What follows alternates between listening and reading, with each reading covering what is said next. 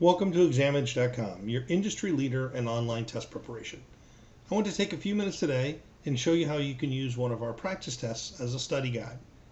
Once you've logged into the system, just click on My Test to access your exams. And we're going to go ahead and start test number 1. So I'll just click on test 1.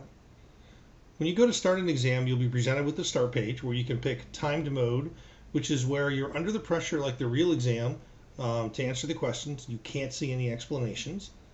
No time limit is where you still can't see the explanation, but you don't have the pressure of watching the clock tick down. And then explanation mode or study guide mode, which is what we're going to take a look at today. So I'll go ahead and click explanation and click start test.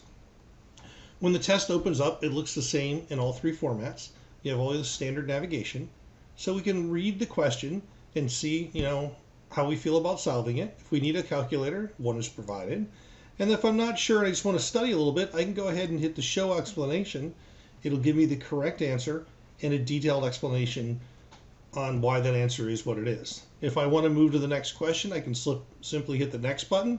It'll take me to the next question, and I feel really good about this one. I'm able to answer it on my own. So I'll go ahead and hit next. And now I'm not so sure and I want to get some more information. Once again, I just hit show explanation and it gives me a detailed answer on how the problem is solved. Okay, I'm going to go ahead and exit out of this exam and we're going to pretend we did the whole thing. Now that we've completed the exam and we feel really confident and we want to go back and take it as a real test, you just simply reset the test. And that'll set it up so you can take it again. And I go ahead and click start test. And I'm going to do it in timed mode. And I go ahead and we're off and running and we can no longer see the explanations. If you have any additional questions, you can always return to the main site, go to About Us, contact us, and look and send us an email, or go to About Us video library and see if there's another video that might answer your question. Good luck on your exams.